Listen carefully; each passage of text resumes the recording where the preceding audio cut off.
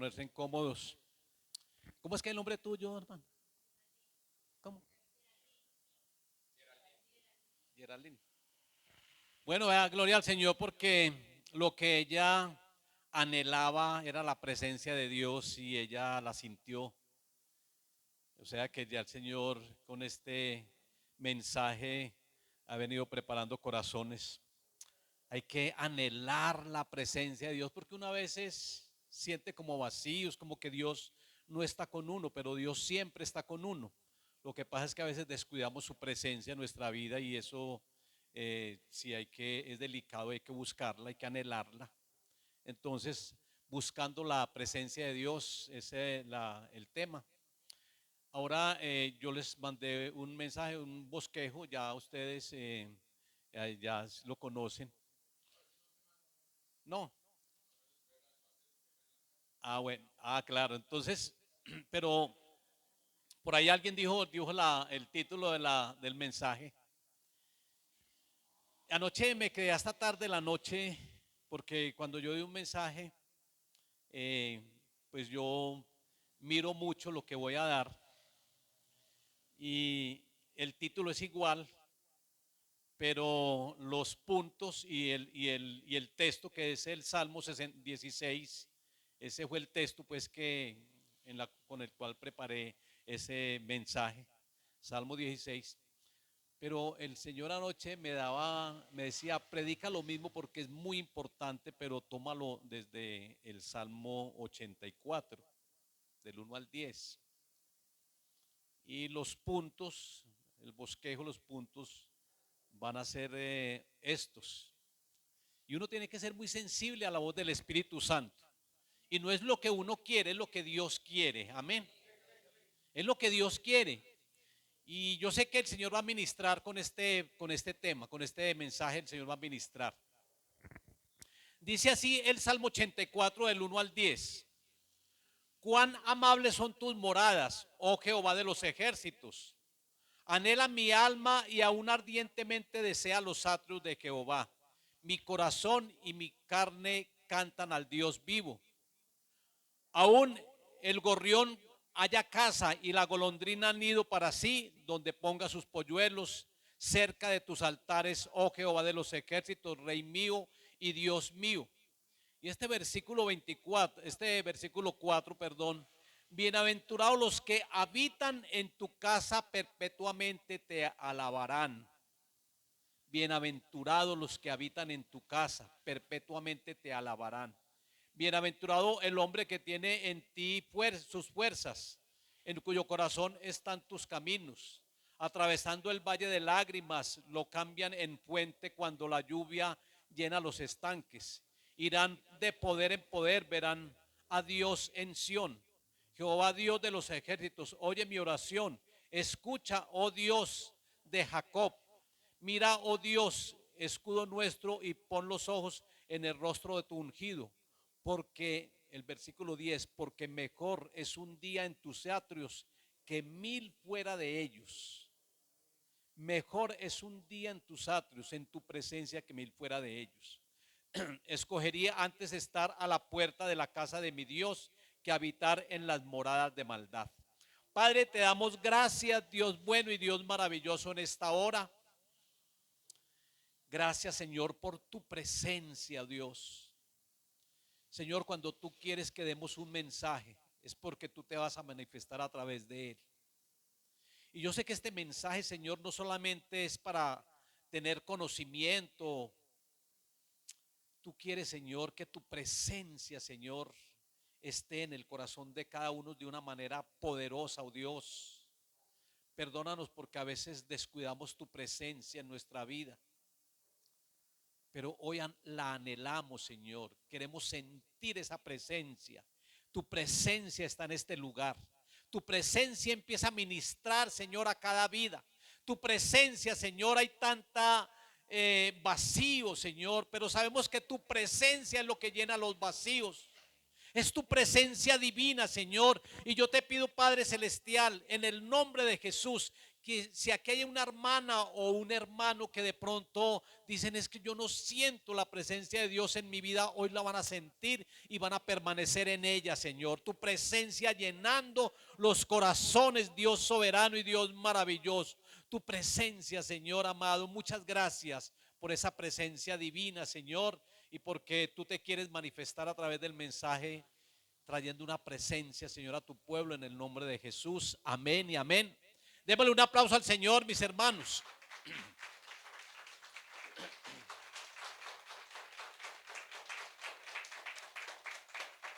Hay muchos salmos de David que nos hablan acerca de esa presencia de Dios. Es más, hay un salmo, el Salmo 51, donde él por causa del pecado, él se preocupa mucho por la presencia de Dios y le ruega a él, Señor, no me eches delante de tu presencia, no quites de mí tu Santo Espíritu. Porque es que cuando el Señor, la presencia de Dios se manifiesta en uno, es el Espíritu Santo quien lo evidencia, es el Espíritu Santo quien se mueve, es el Espíritu Santo llenando nuestras vidas y uno siente esa presencia divina. Y por eso yo creo que David escribió tantos salmos donde hacen referencia a la presencia de Dios, porque es que los salmos fue escrito como una solución a la problemática espiritual del ser humano. Es como los 5 libros sapiensales, pues que cada uno tiene un propósito. Eh, los salmos, Job, escrito como una solución a la problemática del dolor, del dolor humano. Sabemos pues que Job, él pasó por una situación muy difícil. Pero uno se pone a leer a Job y aquellos que tengan esos problemas encuentran como esa solución y se fortalecen en este libro de Job. Igual que Eclesiastés también se escribió pues como una solución a la problemática existencial del ser humano. Eh, Eclesiastés, que a la final eso lo escribió Salomón, y él terminó diciendo, todo es vanidad. Hay personas que dicen, ¿para qué vivo yo? ¿Qué, qué razón tiene para yo vivir? Y hay una problemática existencial en ello. Eh, es para eso está Eclesiastés. También Cantares se escribió pues como una solución a la problemática matrimonial del ser humano. O sea, estos 5 libros se escribieron pues como una solución a una problemática. Proverbios, que hace parte también de esos 5 libros, se escribió también como una solución a la problemática moral de la persona, de los valores humanos. Y aquí tenemos, por ejemplo, el Salmo 27:4, donde el salmista David dice, una cosa he demandado a Jehová y esta buscaré, que esté yo en la casa de Jehová todos los días de mi vida. ¿Ah? Una cosa he demandado del Señor y esta buscaré, porque es que la presencia de Dios hay que buscarla. Que esté yo en la casa de Jehová todos los días de mi vida para contemplar la hermosura de Jehová y para inquirir en su templo. ¿Sabe dónde se refleja la hermosura de Dios? ¿Dónde se refleja la hermosura de Jesucristo? En la santidad.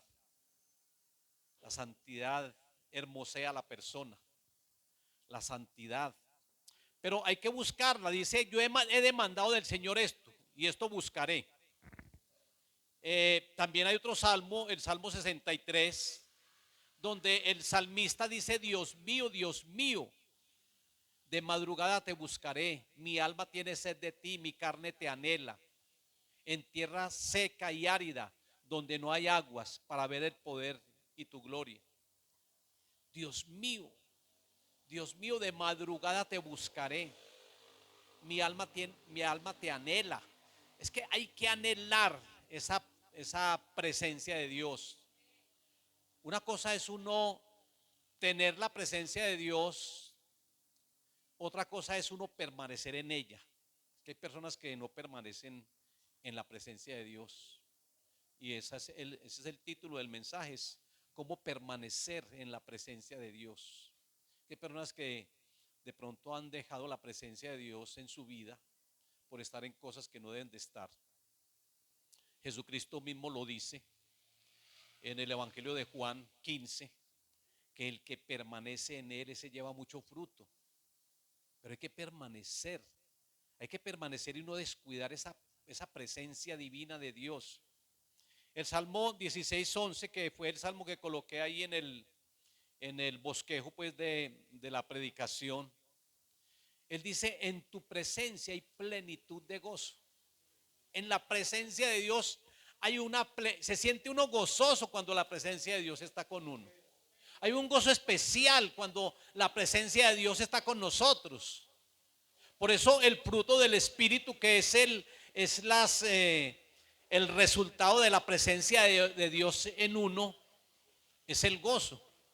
Y fue algo que también David le pidió al Señor y le clamó para que le devolviera ese gozo, porque él había perdido el gozo. Y él dice: vuélvame o devuélvame, Señor, el gozo de la salvación. Devuélvamelo, que yo vuelva a sentir ese gozo de la salvación. Y hay muchos que han perdido el gozo de la salvación por algún motivo. Mis hermanos, en el Salmo 16:11 dice: en tu presencia hay plenitud de gozo. Uno se goza en la presencia de Dios. El Salmo 42:1 dice: como el siervo busca por las aguas, así mi alma tiene sed del Dios vivo. Mi alma tiene sed del Dios vivo. Cuando David estuvo en el desierto, él estuvo en el desierto en varias oportunidades. En una de ellas huyendo de la sublevación de su hijo Absalón, que se levantó en contra de él y lo destronó. Es uno de los grandes enemigos del ministerio, ese espíritu absalónico que se ganan el corazón de las personas y forman su propio reino. Eso fue lo que hizo Absalón. Absalón se ganó el corazón de las personas porque se paraba en la puerta del palacio y le decía a la gente: aquí no hay tiempo para ti, pero venga, ¿cuál es tu problema? Y se ganó el corazón de la gente, y entonces destronó a David y lo persiguió en el desierto. Cuando David huía de esa sublevación de su hijo Absalón, el deseo más fervoroso de David era sentir y estar en esa presencia de Dios, sentirla.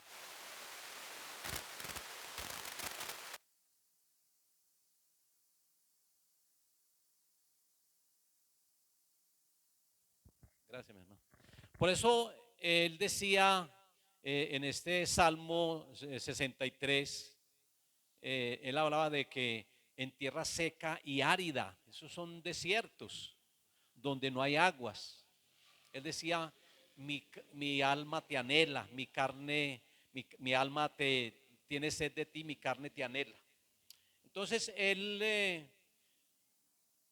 buscaba siempre esa presencia de Dios, y como le dije, a través de todos estos salmos él buscaba esa presencia, reconociendo de que era mejor estar un día en la presencia de Dios que 1000 fuera de ellos. Es mejor gozar de la presencia de Dios que cualquier otra cosa. Y hay mucha bendición cuando uno halla esa presencia de Dios, pero también es muy importante uno permanecer en esa presencia de Dios. Amén. Mis hermanos, tenemos que permanecer en la presencia de Dios y no descuidarla en ningún momento. Y así como David, en la Biblia se hablan de varios siervos que gozaron de esa presencia de Dios de una manera maravillosa y permanente. Tenemos, por ejemplo, el caso de Abraham.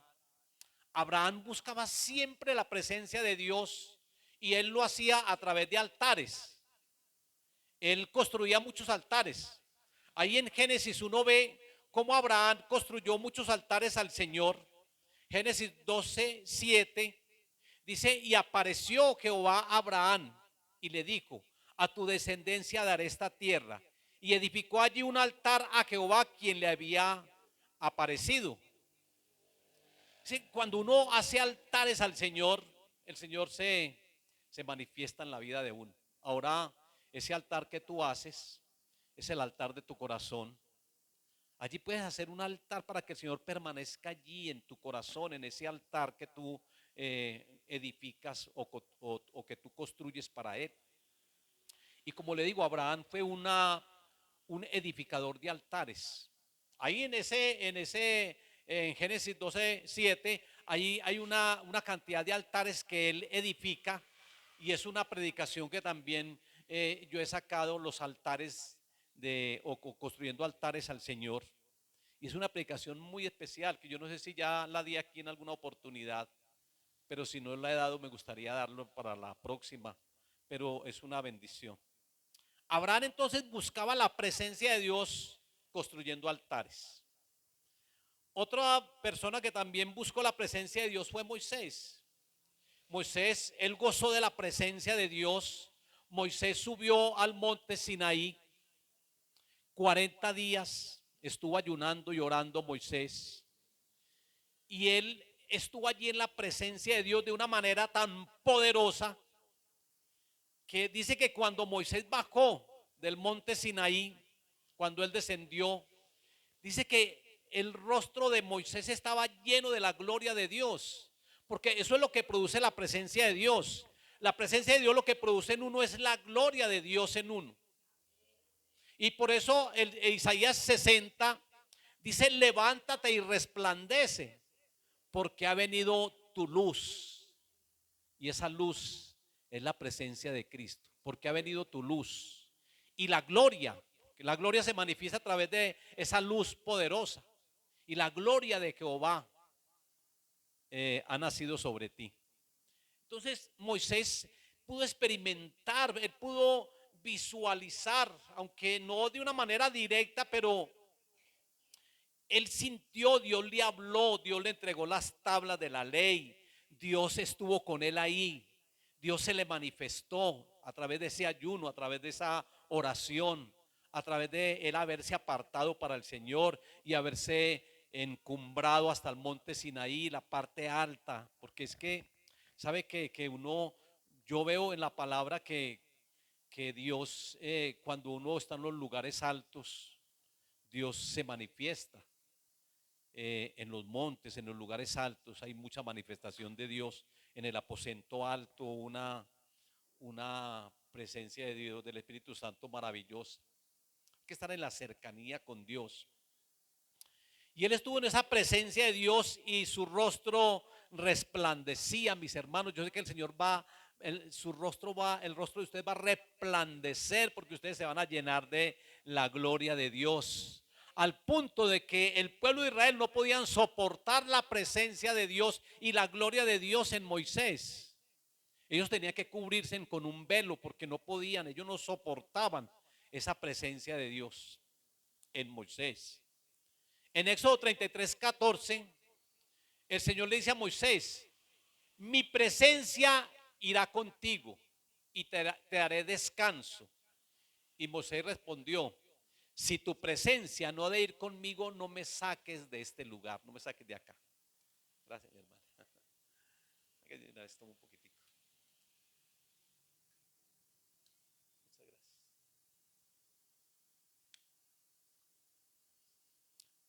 Mire, Moisés, él cuidó la presencia de Dios. Él descendió lleno de la presencia de Dios, pero él continuó en la presencia de Dios.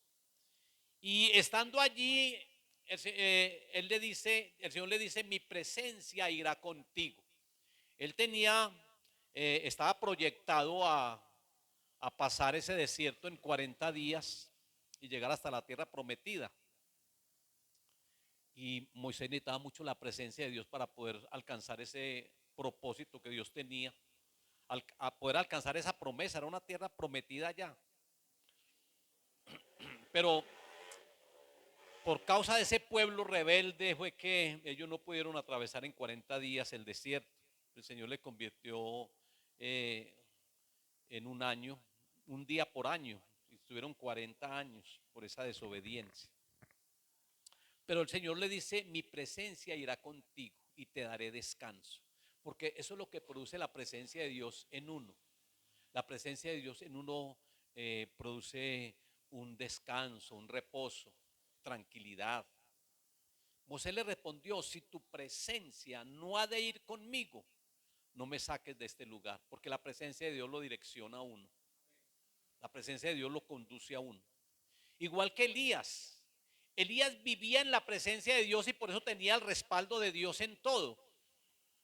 Y ante Acab, ese rey malo de Israel, esposo de Jezabel, rey de Israel, Acab, ese fue el que incrementó la adoración a los Baales, que le tocó a Elías que decapitar a esos Baales, a esos profetas de Baal, para que el pueblo de Dios reconociera, para que Israel reconociera que era Dios, el verdadero Dios, porque ellos creían que Baal era el Dios, el que proveía.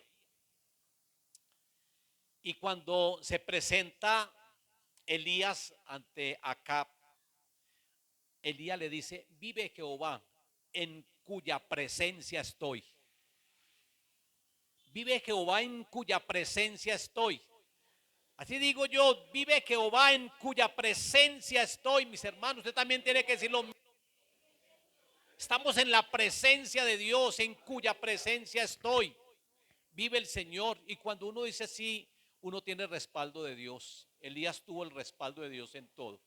En el momento de orar para que no lloviera, en el momento en que oró para que lloviera, oró cuando el altar del Señor fue restaurado, cuando el concepto, porque este pueblo claudicaba entre dos pensamientos, pero él hizo un altar y fue tan respaldado por el Señor que cayó fuego del cielo y consumió el altar. Él tenía todo el respaldo de Dios, porque la presencia de Dios produce dirección. Así lo dijo Moisés, no me saques de este lugar si tu presencia no ha de ir conmigo. La presencia de Dios produce dirección, produce descanso. El Señor le dice, y te daré descanso. Produce seguridad. Isaías 41:2 dice, no temas, porque yo estoy contigo. Mi presencia está contigo. No temas. Cuando una persona no tiene presencia de Dios, es una persona temerosa. Pero si tiene la presencia de Dios, ahí no hay temores de nada, porque uno sabe que la presencia de Dios lo guarda a uno, porque uno sabe que la presencia de Dios lo protege a uno. Entonces la presencia de Dios produce seguridad en uno. Y eso también lo confirma el Salmo 91. El Salmo 91 también, el que habita bajo el abrigo, bajo el manto, bajo el abrigo, bajo la sombra del Omnipotente, el que habita bajo esa presencia de Él, que está cubierto con la presencia de Dios. Entonces no tendrá temor ni al terror nocturno, ni a pestilencia que ande en la oscuridad, ni a la muerte, porque pueden caer a tu lado 1000 y a tu diestra 10,000, pero a ti nada te pasará porque la presencia de Dios te tiene cubierto. Amén. No hay temores de nada.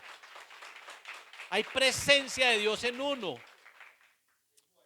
Eso da cobertura. La presencia de Dios produce cobertura en nosotros. Y yo digo que esa es la mejor cobertura. Que por ahí hay personas que dicen, hermano, es que yo quiero trabajar en tu cobertura. Yo digo, está bien, pues, pero la mejor cobertura es la cobertura de Dios. Es vivir uno bajo la cobertura de Dios. Una cobertura especial que nos da seguridad, protección. La presencia de Dios también produce unción en uno.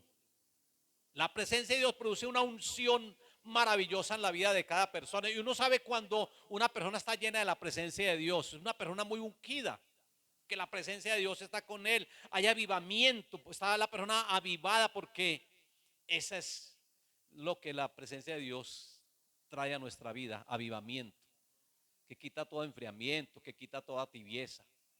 Personas que son muy tibios, hermanos. En la iglesia está pasando por una temporada, una época de tibieza, pero eso no debe ser así. Entonces tenemos que estar avivados. El que no esté avivado, mis hermanos, realmente no va a entrar al reino de Dios, porque así lo dice la palabra, con las vírgenes insensatas, que ellas descuidaron la presencia, descuidaron el aceite, dejaron acabar el aceite, la lámpara se apagó y ellas fueron a buscar, pero cuando vinieron ya era demasiado tarde. Hay que estar avivados, hay que estar ungidos, hay que estar en la presencia divina de Dios. Oiga, mis hermanos, ¿verdad? Hablando de aquellas vírgenes insensatas que eran 5 prudentes y 5 insensatas, eran 10 en total. Algo que ha impactado mucho a las personas cuando yo les digo, sabe que Israel es la virgen y está en Isaías. Hay varios textos que nos hablan acerca de Israel como la virgen. Y, y en el norte, cuando Israel sufrió esa división, donde 10 tribus se fueron para Samaria, para el norte, y 2 se fueron para el sur, para Jerusalén, donde que estaba Judá y Benjamín. De esas 10 vírgenes eran las 10 tribus de Israel, 10 vírgenes, pero 5 de ellas prudentes y 5 insensatas. Pero es algo muy especial. Entonces, eso es lo que produce la presencia de Dios. Trae seguridad, trae fortaleza, cobertura, unción, avivamiento, respaldo de Dios como Elías.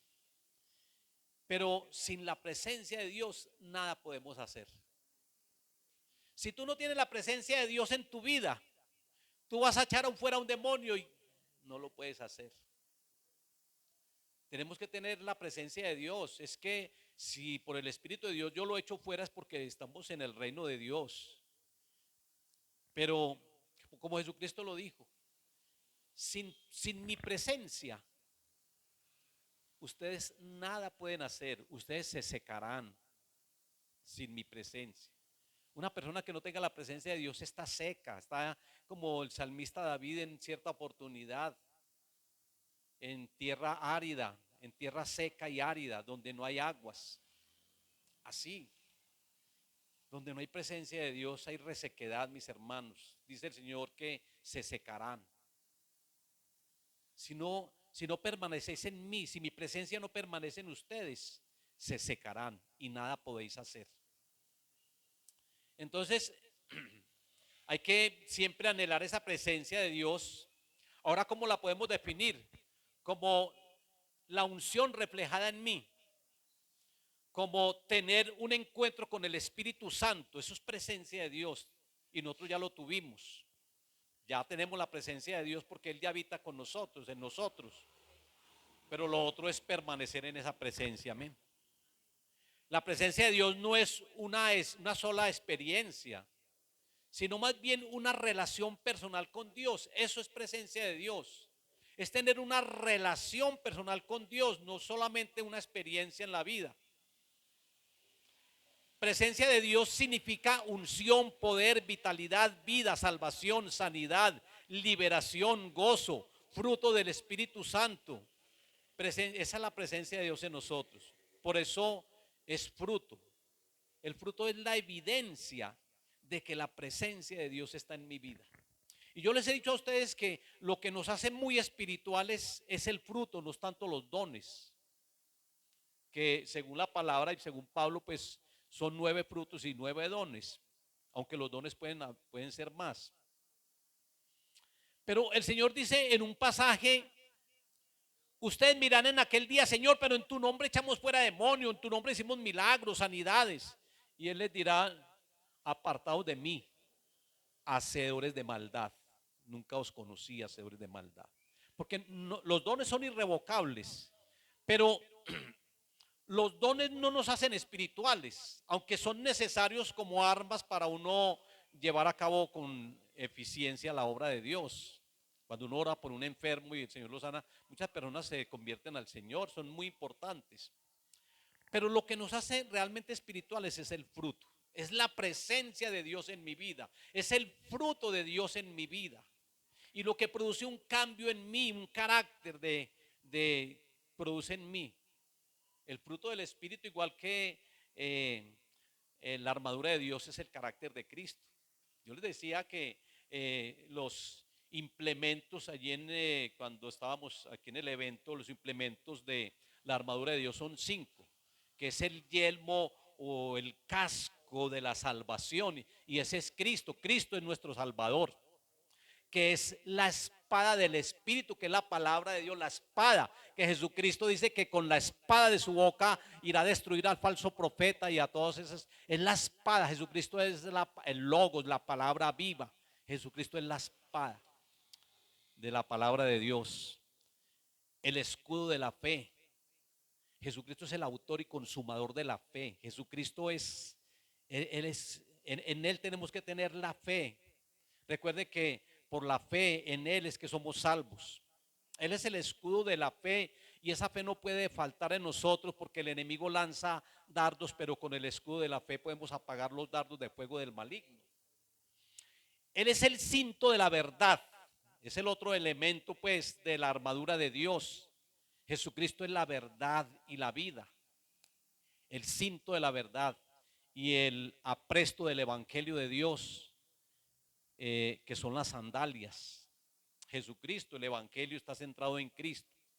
Es decir, Jesucristo, esas 5 piedras que cogió David, él se quitó esa armadura que Saúl le puso, y él cogió las 5 armas, los 5 implementos de la armadura de Dios, y pudo vencer a Goliat. Porque nuestra lucha, mis hermanos, no es contra carne, es contra esos gobernantes. En esa batalla, en esa guerra espiritual que nosotros mantenemos, tenemos que tener la armadura de Dios puesta para batallar contra los gobernantes, principados, contra esos Goliat, esos engendros del diablo. Entonces, eso es lo que significa, es la unción reflejada en mí, es tener un encuentro con el Espíritu Santo, que ya lo tuvimos, pero que hay que permanecer. El Espíritu Santo debe permanecer en nosotros de una manera constante, aunque hay algunos que dicen que el Espíritu Santo siempre permanece, sino que a veces se encuentra en estado contristado. Pero David dijo: no quites de mí tu Santo Espíritu, no quites tu presencia de mí. Que si una persona está en pecado y reincide en él, yo digo que en lugar del Espíritu Santo habitar en esa persona, está habitando un espíritu, un demonio, un espíritu de adulterio, no sé, un espíritu que lo atormenta. Y el postrer estado de esa persona puede llegar a ser peor que el primero. Pero, mis hermanos, o hay presencia de Dios o hay presencia de espíritus demoníacos en la vida de una persona. Por eso hay que guardar, hay que cuidar esa presencia. La presencia de Dios significa unción. Entonces, la vida cristiana sin la presencia de Dios realmente es un desastre. La vida cristiana sin la presencia de Dios tiende a secular, porque una persona sin la presencia de Dios se vuelve religiosa. Es más, para uno predicar, uno necesita presencia de Dios, para que ese mensaje lleve presencia de Dios y la gente coma de él y produzca fruto, de buenos resultados. Un mensaje con la presencia de Dios, eso produce resultados. Yo digo que si a una persona que es borracha uno le predica en un mensaje, le da un mensaje con presencia de Dios, esa persona tiene que dejar el licor. Eso da resultados, porque lleva unción, porque lleva presencia del Espíritu Santo en la vida. Y una persona sin la presencia del Señor cae en religiosidades, en legalismos. Por eso yo digo que la iglesia tradicional, muchos de ellos, pues ellos, la verdad es que ellos no tienen la presencia de Dios en sus vidas. Ellos no han nacido de nuevo. Ellos no tienen una paternidad, aunque recen el Padre Nuestro, pero no tienen la paternidad de Dios porque no han recibido a Cristo en su corazón, no han nacido de nuevo. Y son unas personas religiosas. Y esos religiosos son los que atacan a los que tienen la presencia de Dios. ¿Quién eran a los que atacaban a Jesucristo? Los fariseos, que no tenían presencia de Dios, que ni siquiera creían en el Espíritu Santo, porque Jesucristo echaba afuera a los demonios y ellos decían que era por Belcebú. No tenían, no discernían, no tenían. Eran religiosos que atacaban a los ungidos. Eso hacen los religiosos y los legalistas, atacar a los que tienen la unción, a los ungidos. Ahora, la presencia de Dios se revela por voluntad, una revelación voluntaria de Dios. Él da su presencia a quien Él quiere, a aquellas personas que realmente lo anhelan, a aquellas personas que buscan esa presencia. Dios se las maneja, Dios se las revela, se las da. Por eso hay que anhelar la presencia de Dios y anhelarla, como dice el salmista David, es desear compasión. Eso es anhelar, desear compasión, Señor. Es que yo lo anhelo, yo deseo, Señor, pero con una pasión interna, eso es anhelar. Y hay personas que no anhelan esa presencia, sino que anhelan otras cosas. Hay personas que anhelan riquezas. Hay personas que anhelan gloria para sí mismos, y se llama vanagloria, y quieren que la gente los levanten y le den la gloria a él. Hay personas que anhelan fama, hay personas que anhelan reconocimiento, hay personas que anhelan poder, hay personas que anhelan sexo, personas que anhelan tener sexo y por allá les hablan a muchas personas y cuando de pronto lo logran dice, uy, como dicen los jóvenes, golié. Y es que vea, es casi que no. Pero en lugar de ellos lo que están recibiendo antes es maldición, cuál golié, cuál lo logré, ¿no? Hermanos, eso no. Hay que, porque es que la presencia de Dios no está con nosotros cuando eso ocurre. Nosotros debemos poner todo de nuestra parte para anhelar esa presencia de Dios. Y voy a tocar de pronto, a ver, me quedan como 15 minutos, ¿cierto? Voy a tocar rápidamente los requisitos para uno permanecer en la presencia de Dios, que también se lo mandé, pero en el bosquejo de pronto, pastor, no están los que les voy a mencionar acá. Por ello yo siempre le escribo al pastor, yo no sé el Señor qué me va a poner, yo voy a predicar sobre esto, pero de pronto el Señor me da unas introducciones y unos principios diferentes. Pero lo importante es el mensaje. Miremos el primer requisito para uno permanecer en la presencia de Dios, y es viviendo en santidad. ¿Sabe qué es lo que daña la presencia de Dios en nuestra vida? El pecado. Pero lo que hace que yo viva en la presencia de Dios es la santidad. Por eso nosotros debemos de echar fuera todo pecado. Nosotros no podemos concebir en nuestro corazón pecado. Yo sé que el enemigo lanza tentaciones y nadie está exento de ellas. Es más, todos somos tentados y Jesucristo también fue tentado en todo, pero sin pecado. Ese es una de las artimañas del enemigo, tentar y tentar. Por eso dicen el tentador y engañador. Uno se pone a leer Apocalipsis, hermanos, y ahí está engañador por todas partes, engañando a las naciones. Engañó a Adán y a Eva, trató de engañar a Jesucristo, ¿no? Ese es un engañador. Trató de mostrarle los reinos del mundo y decirle, todo esto me pertenece, pero yo te los voy a dar. Trató de engañarlo. Pero Jesucristo no cayó en las trampas del enemigo. Tenemos que, mis hermanos, el enemigo es un engañador y un mentiroso, pero tenemos que nosotros que vencerlo a él con con la armadura de Dios, con la verdad. Aunque él es mentiroso, con la verdad lo podemos vencer. Mis hermanos, el primer requisito para permanecer en esa presencia de Dios es que vivan en santidad. Si hay algún pecado que está afectando sus vidas, renuncia a ellos, que es lo que Dios quiere con nosotros. Mire, el Señor es tan bueno, tan misericordioso, tan grande, tan maravilloso. Dios no quiere que nadie se pierda. Dios quiere que procedamos a un arrepentimiento y por eso les dice a las iglesias, arrepiéntanse antes del juicio. Antes de él derramar esas 7 copas, el Señor le dice a las iglesias, arrepiéntanse. Porque es que el Señor quiere que nos arrepintamos. Es que el arrepentimiento es para la iglesia también. Nosotros tenemos que arrepentirnos por muchas cosas, por malos pensamientos, por alguna palabra que uno dice y que ofende, por algún resentimiento que haya. Pero uno tiene que arrepentirse de todo.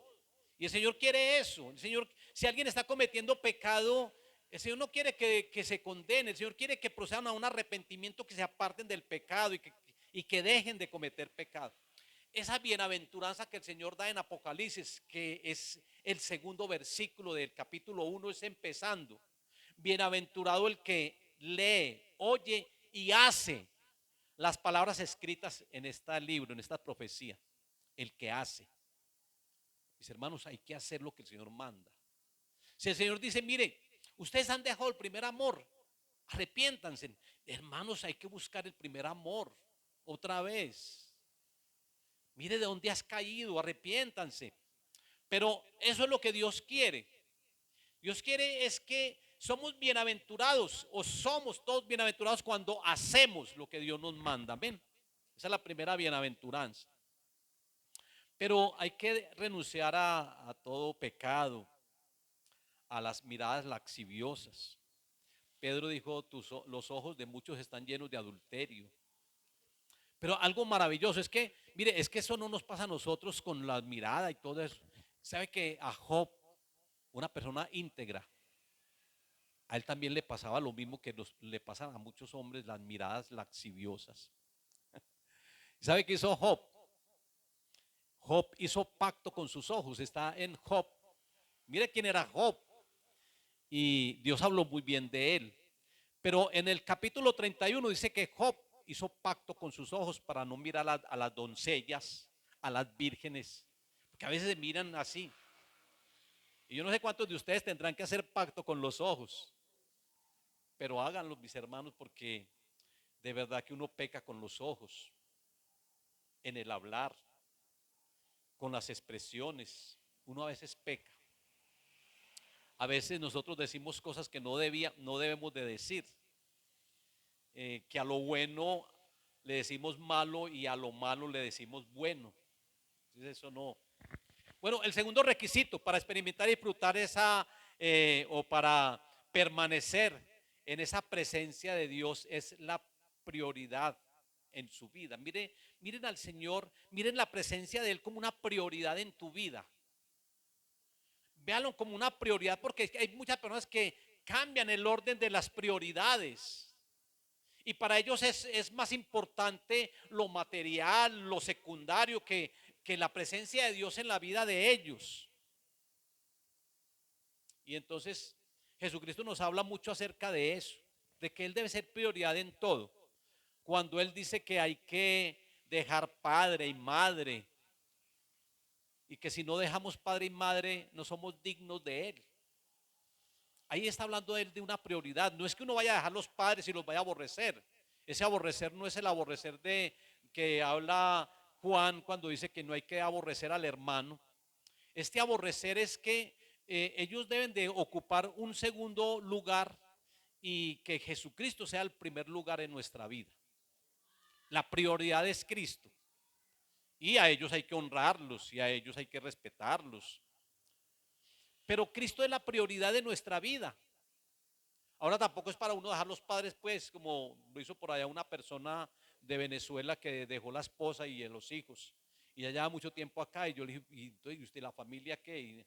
No, es que la palabra de Dios dice que hay que dejar a la esposa, a los hijos y todo. Yo, no, hermano, eso es irresponsabilidad. Eso es regrese otra vez a Venezuela donde están ellos. Porque eso es irresponsabilidad, hermano. No, es que el Señor está hablando aquí es de prioridades. Cuando Él dice que hay que dejar padre y madre, eso no es para uno abandonarlos y para uno ser irresponsable. Es para que Cristo sea la prioridad de nuestra vida. El tercer requisito para uno permanecer en la presencia de Dios y disfrutar de ella, hay que buscarlo en oración. Mire lo que hacía Abraham. Mire lo que hizo Moisés. Abraham, él construía altares y dice que la presencia de Dios se manifestaba y Dios hablaba con Abraham. ¿Ah? Y Dios bendecía tanto a Abraham y Dios nos bendijo a nosotros a través de la bendición de Abraham. En ti serán benditas las familias de la tierra.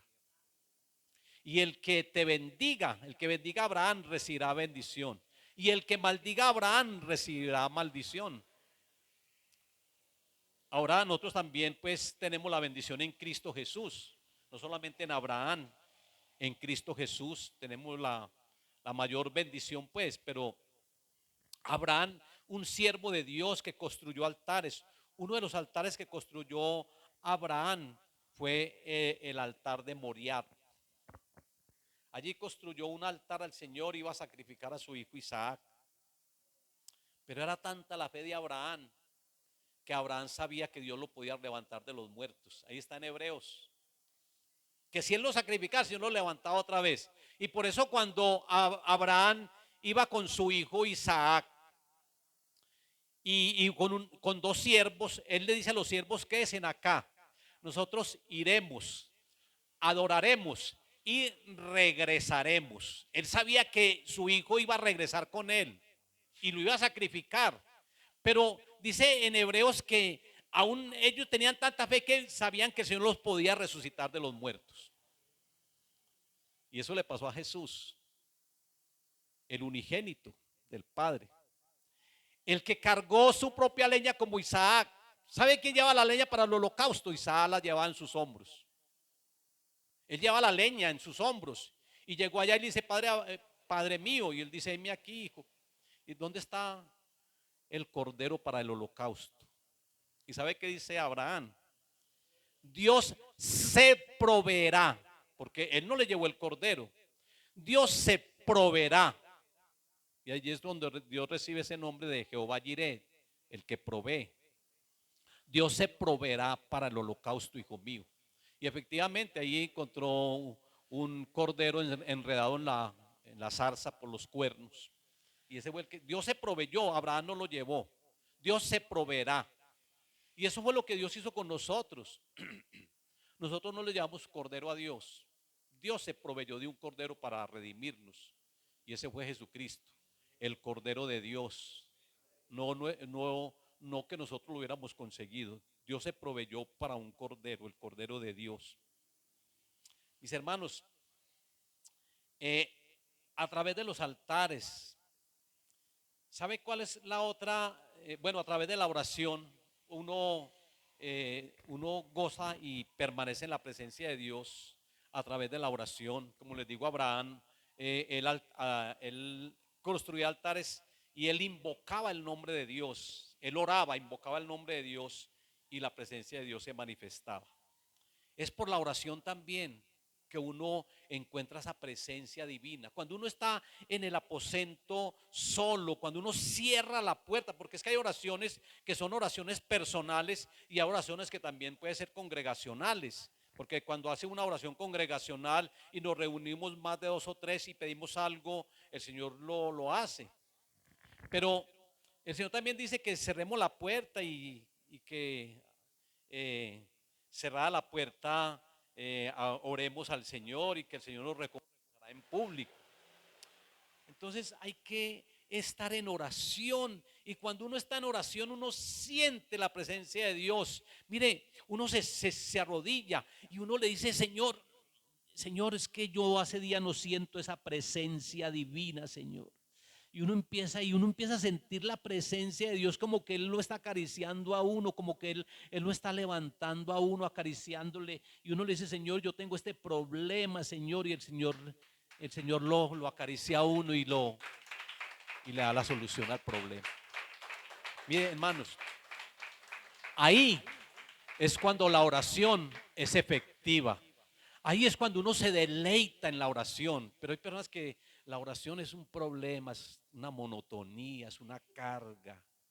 Pero cuando uno entra en oración y en esa intimidad de unos, es que lo motivador de la oración es que uno esté convencido que Dios está ahí.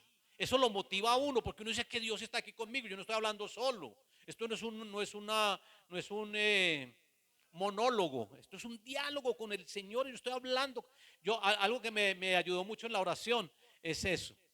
Es que en la definición de la oración uno dice: orar es hablar con Dios.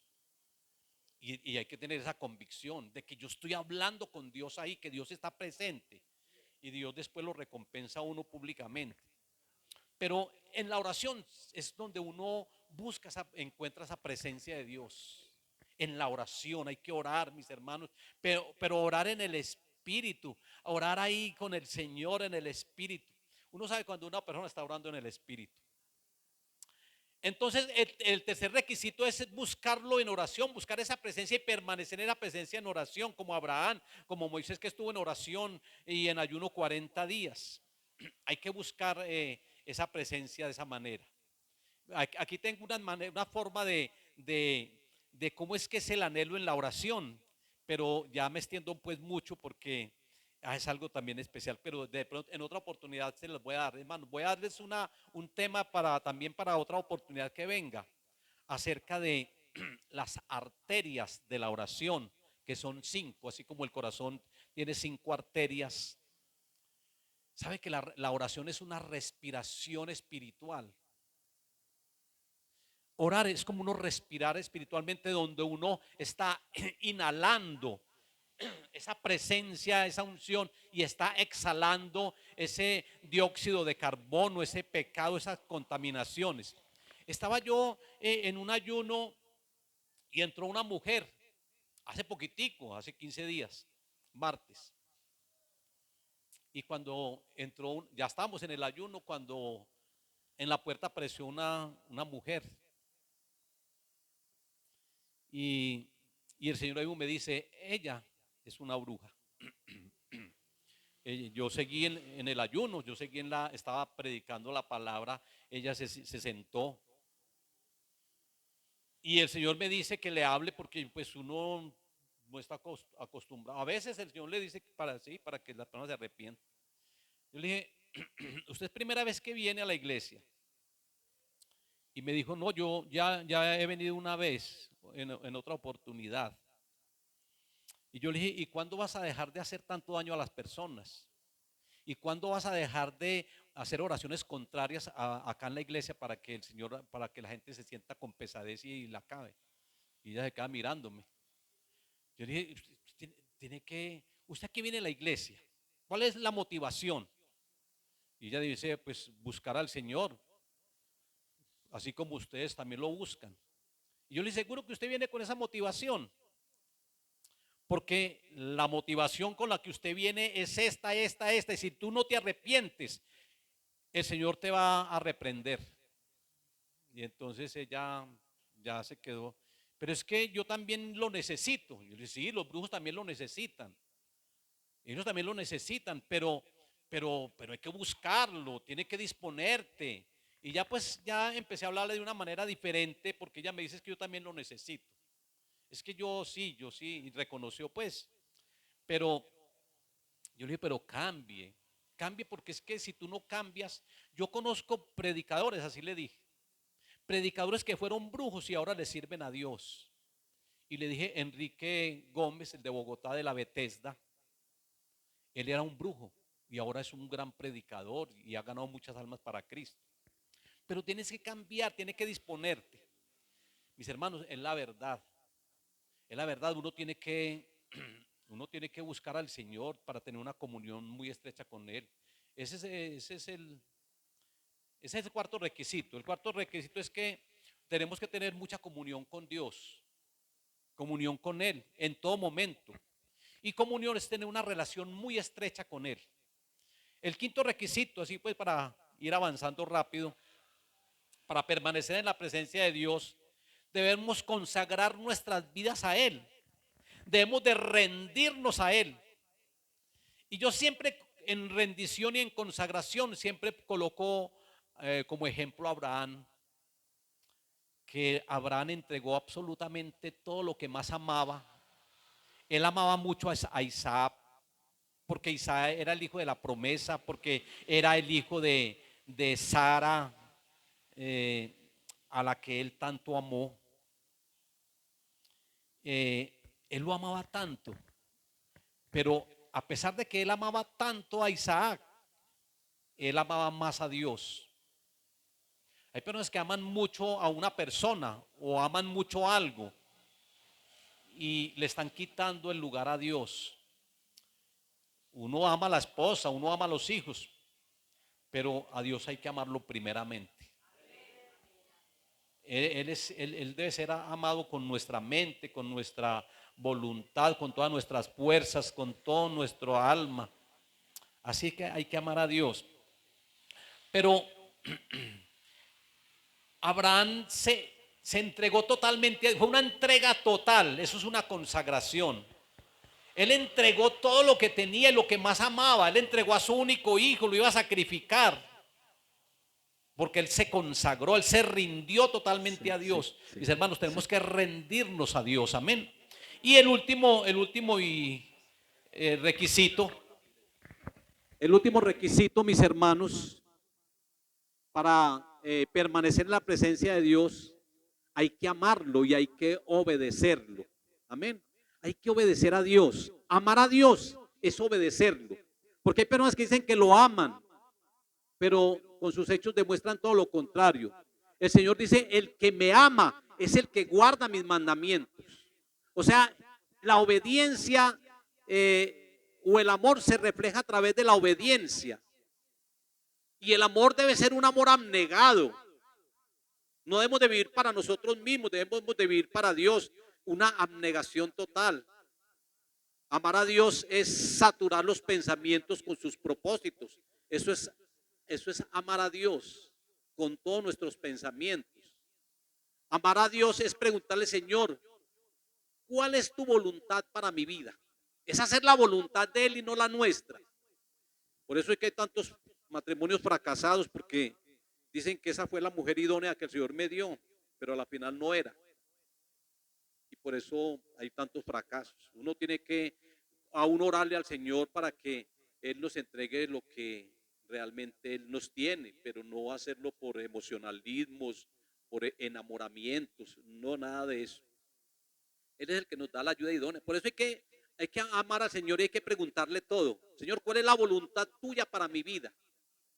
Jesucristo lo dijo en Getsemaní, que no se haga como yo, que no se haga mi voluntad, que no se haga como yo, sino como tú quieres. Mis hermanos, nosotros como iglesia tenemos que anhelar y debemos de conservar la presencia de Dios en nuestra vida, para que tu ministerio, para que tu familia, para que tu vida espiritual, para que todo sea un éxito. Con la presencia de Dios, el Señor nos da dirección para todo. Si tu presencia no ha de ir conmigo, Señor, no me saques de este lugar. Él nos da dirección en todo. Pero hay que conservar esa presencia. Alguien que no la conservó fue Saúl. Él no conservó la presencia de Dios en su vida por causa del pecado, por causa de los celos, por causa de la rebeldía. El Espíritu Santo salió de él. Ya no escuchaba la voz de Dios y terminó por allá. Como no escuchaba la voz de Dios, terminó consultando brujas para que las brujas le dijeran las cosas. Eso es lo que hacen muchas personas. No conservan la presencia de Dios. Dios no les habla porque no tienen la presencia de Él y terminan por allá consultando personas, profecías por allá que no son bíblicas, como, como muchas personas lo hacen, que es tremendo, mi hermano. Es que ¿sabe por qué me da risa? Porque ayer, viendo un video, salió una mujer ahí, dice que la hija de Nostradamus, y empezó a profetizar acerca de Colombia. Y decía, y con las cartas pues, y decía, Colombia va a caer en una ruina económica, Colombia va a entrar en un comunismo tremendo. Y yo ya pues tal vez se está refiriendo a Petro. Ella está hablando, es como de Venezuela.